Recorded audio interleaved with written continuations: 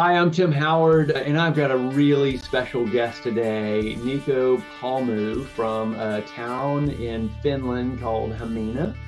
He is the IT manager out there, and they've done something radically different that I'm just super impressed with, and I think everybody needs to hear this story. If you're in the IT world, I really believe this is going to transform.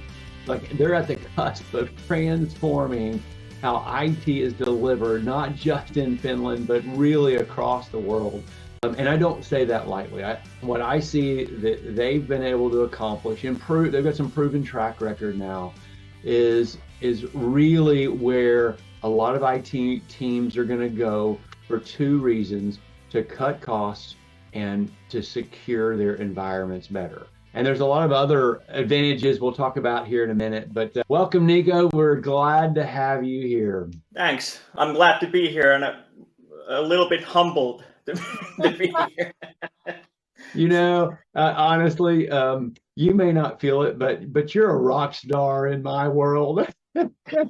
And I understand you're even somewhat on the speaker circuit in Finland now, right? You're getting calls from all kinds of people. For the last maybe 6 months, I've been getting pulled into a lot of pretty big discussions, which are really a strange thing for a town. Usually these are businesses who are doing things with very big budgets compared to towns and public sector. So it's been really interesting, and I'm actually going to be in Finland, one of the main speakers at the Public Sector Executive 2024 seminar. So, and it's all from our journey. I want to review some of the successes that I've heard about.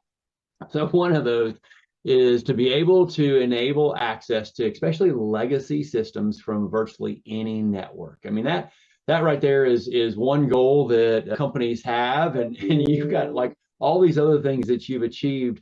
Another one is allowing employees and even citizens to securely access work from virtually any device on any network. One of the things that you were able to do was enable Chromebooks to be used across your enterprise and actually start eliminating the Windows desktops.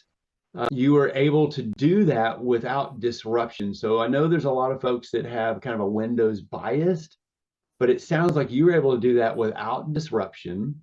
That one of the other huge benefits was that you were able to radically secure both the enterprise network and the devices. And then you were also able to improve the computing speed, especially of the legacy systems. And all, any one of those could have been just like a massive accomplishment. And a lot of people will say, yeah, I can do that too. But here's the kicker, is that what I understand is you cut your overall IT expenses by about 50%. Was that really true? Last year, we actually revised the calculations based with the devices, and it actually does go to the 50%. So it is. The machine prices are going. It's something that we've been benefiting. Is like the high scale machines. They've been getting more expensive, but then these Celeron 8 gigs of RAM, these pretty basic Chromebooks, their prices have actually gone down. Yeah. So we're kind of riding that. And I want to jump into that because that to me is transformational. I mean, I think it goes beyond 50% because the reality is that it simplifies so much of what's going on because of the security that's built in, and now you don't have to buy hardware. I mean, you can use the old stuff that you're already using. So what I want to know from you, why did you even start going down this road? What was the original problem that you were trying to solve that made you start thinking outside of the box? Actually, my journey with this big transformation started when I came into this position. My background was a lot of pure Microsoft. I'm a certified Azure technician by heart and from my background. So I knew I was really deep in VMware, Citrix, Microsoft, Azure, and all that. And I actually had very little experience with Google as a whole, and this whole mindset that they are going with. And was actually interesting when I came into my current position. I was presented with a budget which was very strict, to say at least. I was given pretty much free pass. You do whatever you. This is your budget. Do whatever you can, but we expect pretty much results. We expect you to be able to sort of shift things, because we knew from all the way from 2017 that our IT costs they've pretty steadily gone up. Mhm. And then when we mirror that to what have we gained from that things going up, well, virtually nothing. It's all coming from different IT service costs, which have been getting more and more expensive. And we've been basically beating up the dead horse that it's not producing anything more, but we're just piling more money on it and hoping that it might one day. I told my team, there are no stupid ideas. Let's boil things down to the pretty basic principles. None of you have to be an expert in any of this. Just lay it out. And we actually just took in different services that we have, and we all asked the question on each of the service: why do we have this? Why is it built this way that we have it? And then we asked the same question on every single service, and we kept asking it till we got an actual answer that the whole team agreed on. What a great exercise. It actually showed out really, really huge problems with just pretty basic processes that we'd been doing for years. And then we started sparring with each other. How do we implement Chrome OS? Where does Chrome OS come into picture in this all? And we actually, with my team, we jumped into Chrome OS purely as the first enterprise users in our environment. And so we got the really bleak picture of where we are now and what can we do? What are we missing? What is you were a Windows shop beforehand, right? Yeah. And I actually had to personally take a really, really hard deep dive to Google and their Google Workspace, Google Cloud. And by that time, by the end of 2022, it became pretty clear that without any kind of virtual aspect, it's not going to work. Chrome OS by itself will not sort of carry us anywhere, since we knew we had legacy systems. We had these very specific needs that need to be met, and we can't do it simply with Chrome OS. So you evaluated some virtualization technologies, right? Yeah, we had really interesting conversations. I was probably one of the first to raise the question, why do we need AD? And I was told the first answers I got was that you just need it. And I said, what if we have Google Workspace and our users are there? What then? We started testing out, hey, we can do what can we do with Google Workspace? Is this going to carry us anywhere? Can we live with it? Does it answer our need? I was told that, hey, you can have with AD, you can have basically unlimited amount of possibilities. Then I asked the question pretty much in everything regarding Microsoft. My question was, why do we need this? Is this scaled to our need or not? And because that's basically where the price came from for us, was the fact that we're scaling to something that we never use, we never need, we're never going to use, but we're still riding on that same billing, and it's pretty much strangling us totally. Pretty clear picture for me that we don't need an AD. Absolutely no need. Everything from custom attributes to different syncing techniques, different integrations, it's all there. From that point on, we shifted our focus. What can we do to lift away from the AD? We tested at the same time in the background. We tested different virtualization techniques. I had a really long background with VMware, with Citrix, so I knew from a get-go that those are no-go. I knew that the footprint is going to kill us if we. Yeah. So why were those a no-go? Because that's the standard for most people in virtualization, right? Having hypervisor and having all your Citrix and VMware servers and all that stuff in the background. Yeah, it was pretty clear to me that the footprint of those choices are going to essentially stay the same. Things are not going to change. It's just going to be pretty much the same of what we had, and it's not going to bring us anything. Expected expenses will follow us no matter if we have Chromebooks or whatever the endpoint is, if the core is still the same. So I started sparring with my team about it. What are the different ways to lean this out? How do we make sure that even the core systems, the core templates are so lean that it's like how can we limit all this extra stuff? What I fell in love with absolutely was the core system. Everything runs on containers, everything is lift and shift. So it's really low maintenance. It's been amazing ever since. And so your early pilot, what were the early realizations? I'd say the biggest one was I had heard and I had used containers before, very, very little. So I knew the concepts, but I had never really sort of used them in a production environment. I didn't really think about them at all. And now when I was presented that, hey, our whole system rides on containers, even the template background machinery is containers. That time, that was probably the biggest biggest aha experience for the whole team, was the fact that, hey, if we need to, how mobile the background is. I told my team that I've lived with Citrix and VMware for most of my career, and I knew that if you need to make a change to the core systems, it is a very heavy beast to move. But now we had containers that I can have with one command to actually pull off, and I can just reshift to whatever. I was saying that, oh my God, this is like.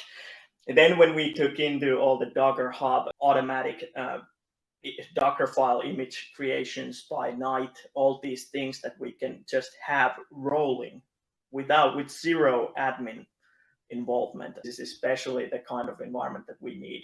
And we had to match our old environment. We still had, and we still have some Windows machines that are being used out, and as they exit, users shift to Chromebooks. But we knew that we still sort of have to carry the old stuff with us. We can't just overnight shift totally. So that's what I wanted to dive into. Is originally you're just trying to enable Windows desktops and Windows applications. And so tell me some of the legacy stuff that you were able to do that helped you enable that environment. Yeah, we knew that we had a lot of sort of critical areas where any kind of step away from the old system would have to be sort of almost invisible to the user. We took our time building a sort of a new revision replica of the user's software palette that we knew that they needed. And we actually onboarded it while they were still on their Windows machine. So they jumped into from their old Windows machine before the Chrome OS. So we kind of sneakily brought in the new environment. So for the user, it was a really, really, at first confusing, since it was a browser. It wasn't their normal desktop. So they basically just jumped through their browser into the whole new environment. But then after that sort of initial shock, people were like, hey, I can do everything like I used to and even faster.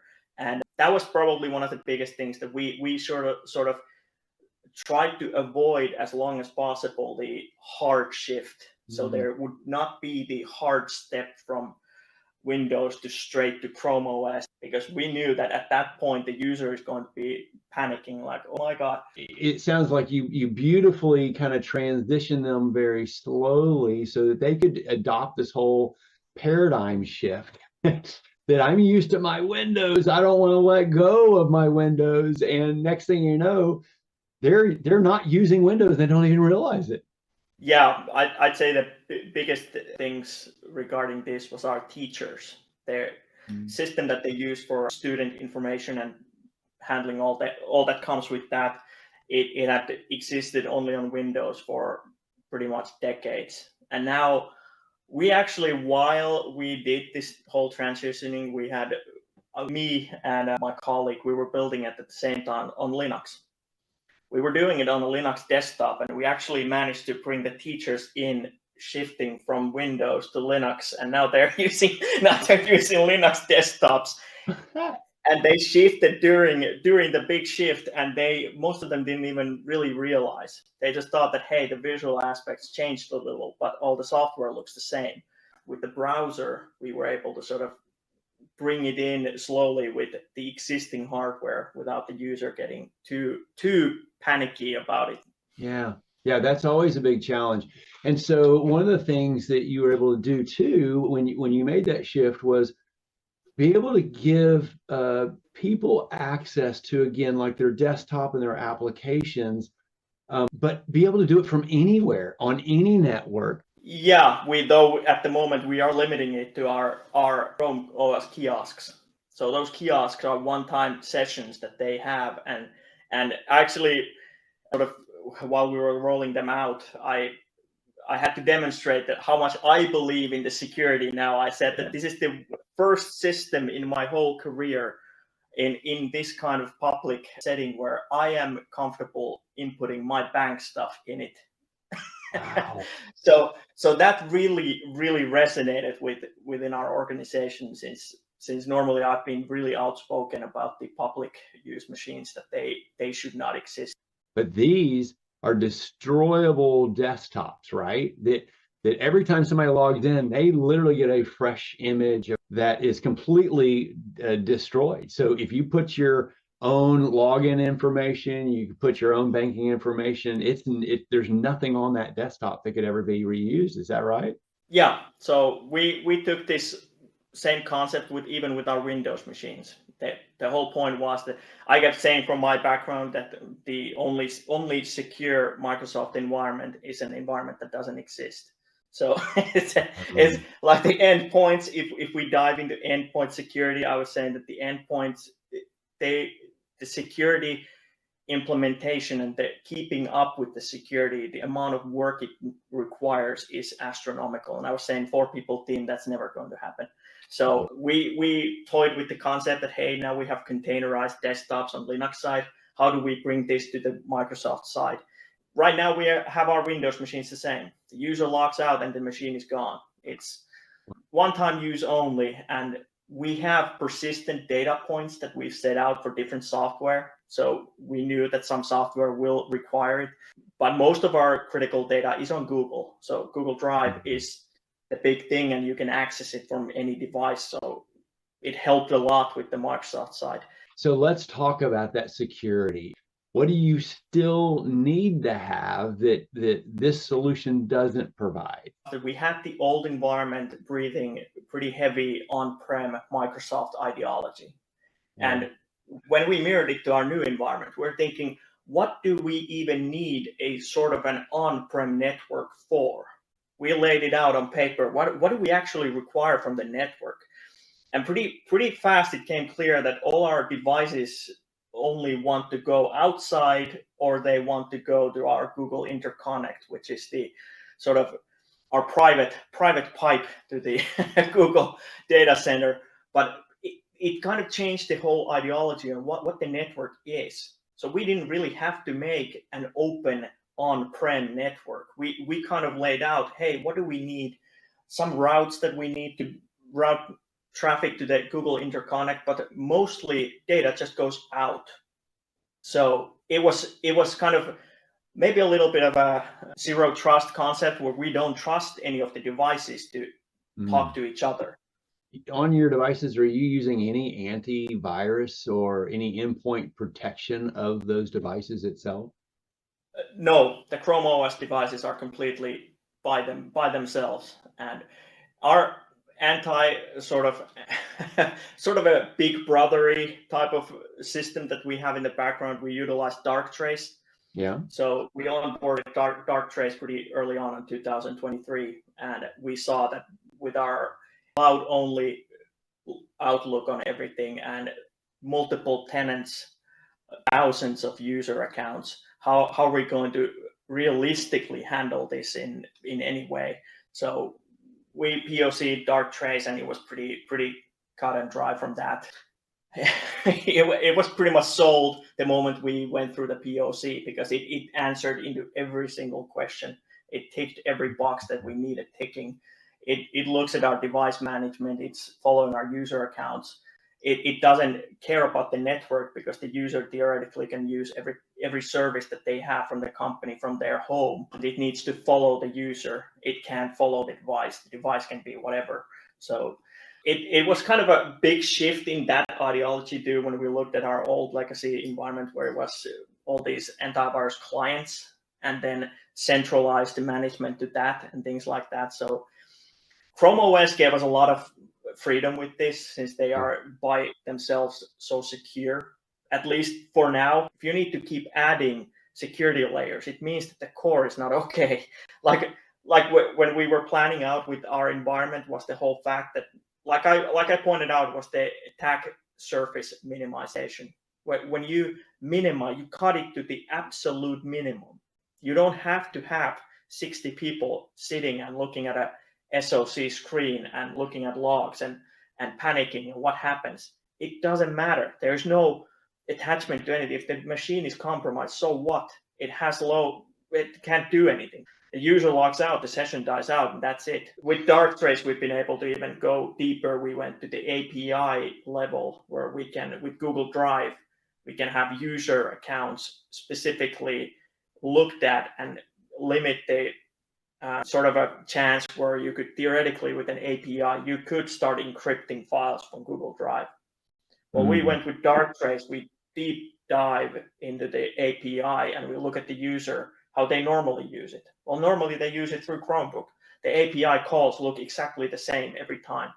So we were able to tell Darktrace, hey, this API call, if the call looks anything unlike what this looks like, user gets frozen. I find it really disturbing even to hear that we're still having security teams looking at server data, looking at server files, looking at things like this. Like we're still doing what we were doing like 20 years. Like I've been saying to my neighboring cities that it doesn't mean that you need to shift everything to Google. Just think different. If you want to use the Windows desktop or laptops, fine, but just look at this. Just even from a Windows standpoint, even if this Windows laptop, think about what you could do. Think about how much of the admin work you can eliminate, how much security issues you can eliminate. So what if the Windows machine gets compromised? It doesn't. You don't even need to be on a current version of Windows anymore. No, yeah, that's exactly the point, that you can be whatever. We're testing next week, I think, building a sort of a access hub for our local water utility sector. They've been using endpoints with VPNs, so every endpoint is basically a danger spot. So now it's a locked out system where they can't access internet. They can only see and monitor the water stuff from within their building, from within their own work environment. So that's like I like to call it extremely secure, because it means that their device needs to be compromised, their user account has to be compromised, and then they still, even after that, they need to know where to go. Within your environment, you've been able to eliminate a lot of older technologies, right? I mean, sounds like you eliminated Citrix, VMware, a hypervisor environment, antivirus, those kinds of things. What else have you been able to extract from the environment that now this solution solves? I'd say, like with the network, we were able to eliminate the old network style of opening ports. A lot of ports that Microsoft and the on-prem environment needed to talk to each other. Even the clients themselves needed to sort of talk to each other and see each other. And we were able to eliminate that totally. We just need internet access. That's it. They just want out. So that was one of the biggest things, that even if theoretically one of the Chromebooks would get infected with something, it can't touch anything, even though it's sitting next to 100 machines. It doesn't really get to talk to them. so that was the sort of at the attack surface, if you want to call it. It was eliminated and sort of contained.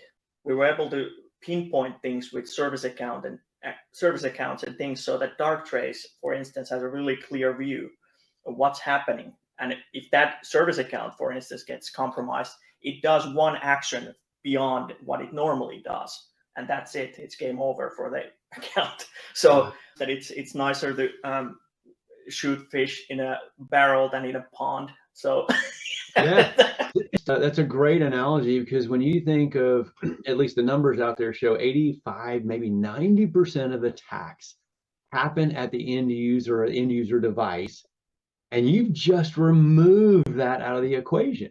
I mean, are you confident that you've removed that out of the equation? Yeah, I'm pretty confident. We've been looking at the numbers, and are just these security issues regarding endpoints and user accounts, ever since the shift, they've dramatically lowered. Like, this used to be an every year kind of report going through, how did this happen, and diving into it, and there's this port, there's this service that is basically a stepping stone for bad stuff. We kind of took the whole part and straight into the trash. Tell me about, how has this changed performance, and especially of legacy applications? Have they noticed any difference? Yeah, I'd say the first comments that I got when more and more people were onboarded, pretty much the first comments were, how can this be so fast? Because it was the same, essentially the same Windows Air or environment, that it looked to them the same. In the background, we were able to utilize the auto scaling on a really, really nice way. So we could profile users based on groups, and we could have, like for now, we have Adobe use and things like this, video editing and things like this. We have them on separate groups. So if a user from that group wants to do stuff, it will automatically provision machine based on those specs. So we can push, for instance, a really, really heavy duty machine for that specific instance for the specific time, instead of having it always there or having to invest in a really heavy video editing, which is a really high computing power, and they can actually do that over this system. Yes, and it's something that we actually initially started we were just toying around. How can we do this with auto scaling? Hey, how fast is this going to be if we just dump 50 cores and 200 gigs of RAM? How is this going to push through like doing a 2K video? And we started looking at the numbers that, hey, what if the user can do this all when they just click on compute and things will happen, like, instead of having to click on it on a lower spec machine and having sit around and wait for it.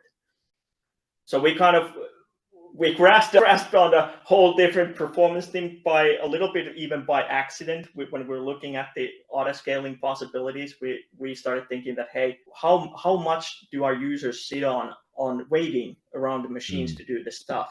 What if we can just have, for this instance, the machine be like a burst speed? You just click on compute and it's like, bam. You could then, with that kind of concept, right, take a Raspberry Pi and be able to put a big screen on it, and now you can push as much computing power to that as possible. Like, you don't have to buy i7s, and you don't have to buy these huge desktops anymore. All of that can be offloaded to a $200 computer that gives you a browser. Yeah, I've been saying to my superiors that now we are at a place where our students, with their even less than €200 Chromebook, has the same security, the same computing power all across our organization. We all have essentially the same computing power at will from our closest data center from Google. It's literally in the fingertips. And this was actually a funny thing. I was earlier this week, I was in a meeting with a couple of Microsoft representatives, and I have to say I got a lot of strange looks when people were using Surface tablets and like Surface machines, which are essentially pretty expensive stuff. Yeah. Compared to normal computing. And I took my Samsung S24 and I plugged it into the screen with the USB-C and my wireless mouse, and I was actually doing video editing with my phone. people were freaking out about the fact that how is this possible? How are you doing this? And then I had to lay it out that, hey, we're doing this, and this is something that we've been working on for the past 2 years, and it's finally here, and we're doing it pretty nice. And this is actually something really nice for our workforce, since right now they can essentially use their work phone for absolutely everything. They don't need the Chromebook. The Chromebook is just a device that we enable the users to have, but it's not a requirement. I can use even my personal phone to do everything. Only thing that I need to is sort of identify myself with my corporate ID and all that. But I have the same computing power. I don't really need all these fancy toys. That's even taking it to another level that maybe we don't. I mean, literally, you've got all that you need right in your hand, and all we need to do is project it so that we can work in a bigger screen. Yeah, and I actually demoed this on my personal Samsung TV. So it has a browser in it. So I was actually able to use a Windows desktop and Linux desktop from my TV. It wasn't very handy, I have to say, but it works. And because the device itself has very little requirement. It leans very heavily. I'd say probably the biggest downside from all this is the natural fact of it relies heavily on network. So yes, if your internet connection is bad, then it is going to be a bad experience. You can on the fly, you can change the preferences on how the image quality is, so you can work around it. But I have to say the experience is not very great if you're on a really bad network connections. You know, I have tested it as well on my phone, and I've even used the hotspot on my phone to enable my laptop. And I'm actually really surprised it works. It works really well, even with just a mobile hotspot. You know, it doesn't draw near as much network as I actually thought it was going to. This is something that I looked at when we were initially in the POC. I was wondering, how is it that you can push this much data, this much stream through this little network? And they actually really nicely explained it to me that it's not that much data actually on the stream. It's pretty basic. Just pixel changes. Yeah, the heavy streaming side is actually in the actual data center network. So theoretically, all the heavy lifting is happening where it can happen. So So let's talk about cost. How big a team did you have in order to achieve all of this? Where you had like 100 consultants, and it's a 4-man team, including myself. So it's 4 people, and this is one of the biggest selling points to my neighboring cities and towns is the fact that 4 of us can do it. Then towns and cities that have IT departments of 10, 20, 30, 40 people, there is no excuse that they can't do it. It's about the comfort level and the fact that you just don't want to do it. It's that simple. I've been saying that it's not all rosy. A lot of planning, a lot of really technical stuff. But we also in Finland, we have a little bit of a difficult time with Google in a sense that everything is so Microsoft. So we have very few companies able to jump into this same ideology that we were riding on. That was one of the things that most of the work that we did had to be done by us. There was no one else to do it. When it comes to numbers, I'd say we already have numbers on 22 and 23, and it is going as estimated. It actually is going better than estimated. You were creating this from scratch, right? So you're going through and inventing ways to use this. Today, if you started this process over, and because now all that you know, how long would it take you to put this in place? I'd say 2 to 3 months. Not even that. I'd say it depends a lot on the legacy side. I keep pointing out that the legacy side is the big factor. Everything, all that modern stuff that we did was really fast and really efficient. So it was that would probably, with the modern side alone, that would probably take me maybe a week. But to transform your environment 1 week, right? Yeah, as long as we don't touch the legacy, if I don't have to carry the legacy with me, but the legacy side was really a struggle because it had all the old data centers, network stuff, all the old software, all the connections, how we're going to do this, licensing issues, all of this had to be kind of taken into account. So it was a really heavy beast to connect to. You change your licensing, right? So, I mean, there was so much of this that you kind of invented along the way, because now aren't you, instead of doing annual licenses for Windows, isn't it more of a consumption-based licenses as well now? Yeah, we actually use a lot of our licensing regarding Microsoft off of Google's pay-as-you-go, since that was an absolutely amazing model for the fact that if we think that the device is going to live only for a couple hours, then absolutely not do we ever want to jump into a yearly or annual agreement of any kind, because that will lead into the over expenditure. So we will pay more than we actually use. So that was one of the big things that we wanted to scale with our use in terms of hardware, licenses, networks, everything. So I've told Google many times that I hope that they never let go of the pay-as-you-go model, because that's that's really like the holy grail for us as a town, because we knew that we work office hours only and we have long holidays and all that. So why would we have this really heavy server farm in the background trying to serve people who are not even at work?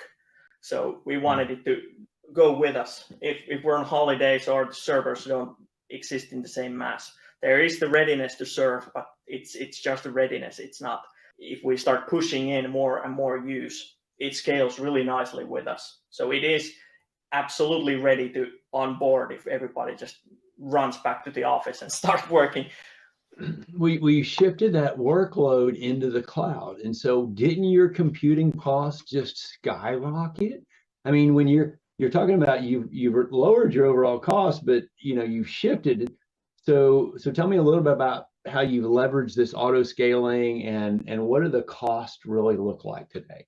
Yeah, so like I said, the auto scaling is amazing. Without that, the overall cloud costs would have been significant. But right now, like, we have machines that exist for an hour, and if you think about the machine spec living for an hour, it's like what, less than €1. So it's like, when you boil it down to just hard math, it's really inexpensive if you do it just for the use. I've shared some numbers, and I've compared to our old environment. We had approximately 50 or 60 servers running constantly with our investments in them. So they were running full speed all the time, waiting for really heavy duty work. And we paid probably half of what we pay now. And our normal server use is approximately 150, 170 servers daily. Wow. So so we actually cut it the in servers, half. but you lowered cost by half. Yeah. Big factor in all of this is the fact that we can use background services as a service. A lot of data stuff with Drive, email with Workspace, with Gmail, all that. So we can have them as a service. ADFS completely eliminated. We can have Workspace that handles all our SSO. We were able to eliminate really these big farms that have existed, like clusters. Like, with our ADFS was consisting of 6 servers. Now it's none. So these are really like the comparisons that I've been putting, that like these really old legacy things that we think are really needed, always needed. If you really boil them down, what you need them for, and start looking at options, you really do have options. Even Azure has options now. You can basically just take the SSOs away. Maybe not every organization is as ready to move into the cloud with full force, but I've been saying to everyone, what we saw and what we experienced with the hybrid model was that it was absolutely horrible. The hybrid model was pretty much the poison in regards to finances. So if I've been saying that if you want to do something, do it or don't do it.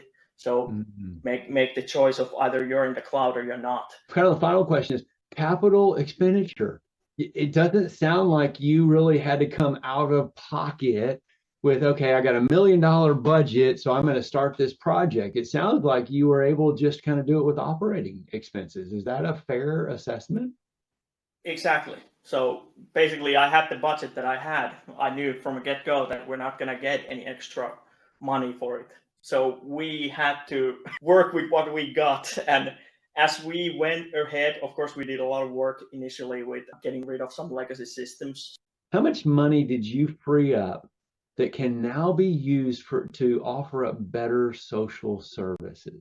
For now, for this year's budget, for instance, we lowered our IT costs about 400,000 euros to public services elsewhere, away from the legacy support. And that's starting third year of our journey. So one thing that I'm hoping I can bring to the table is that because of all the stuff you've done, can we help them like radically change how they deliver their services, which elevates the level of service, but dramatically reduces the cost so that they can offer up better services, right? I already offered to the local hospital here or the healthcare sector here that I could put up a demo for them. It takes me like an hour to have them a demo that they could have with a Chrome OS device that they could log within their own system.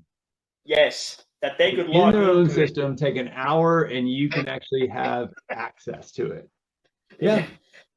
I was saying that it's so straightforward with modern tech that I don't know, it's appalling at times to see how little things have really progressed. And I will tell you, the biggest challenge that we come up against are folks that are just comfortable in what they're doing today. They don't want to make a change because they don't want to make upset the apple cart. They're afraid of the users. They're afraid of the impression they're going to, and they don't want to step outside of the normal, this is how we do it in IT because we've done it that way for 20 years.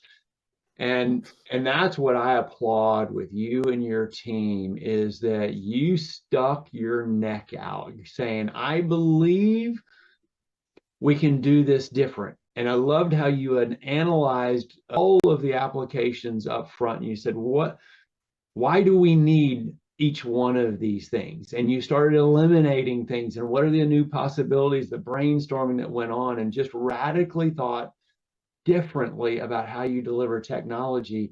And Nico, I'm telling you, I think you're on the cusp of literally changing how we deliver IT, not just for municipalities, but for corporations, universities, hospitals, governments. And you can reallocate that money to better resources. So this is a containerized workstation. It is on-demand video from any device. Nothing is required on the device at all.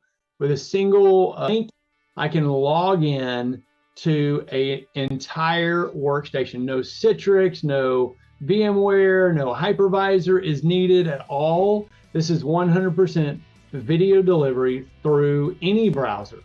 You don't even have to have an updated browser. And here you go. I've got my Windows desktop. I don't even have to have Windows on my desktop to have a Windows desktop. And it looks just like your normal desktop, right? This is a pre-built desktop. I've got all my Word. I can open PowerPoint. This thing works faster than most desktops. So it's just popped up a whole brand new version of Word. I can do PowerPoints.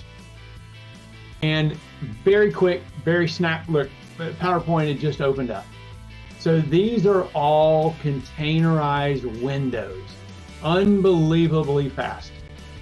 But here's the key of what this IT manager did that's so radically different, is that he started eliminating the need for Windows, that he is now delivering his applications as apps, just like you would on your iPhone.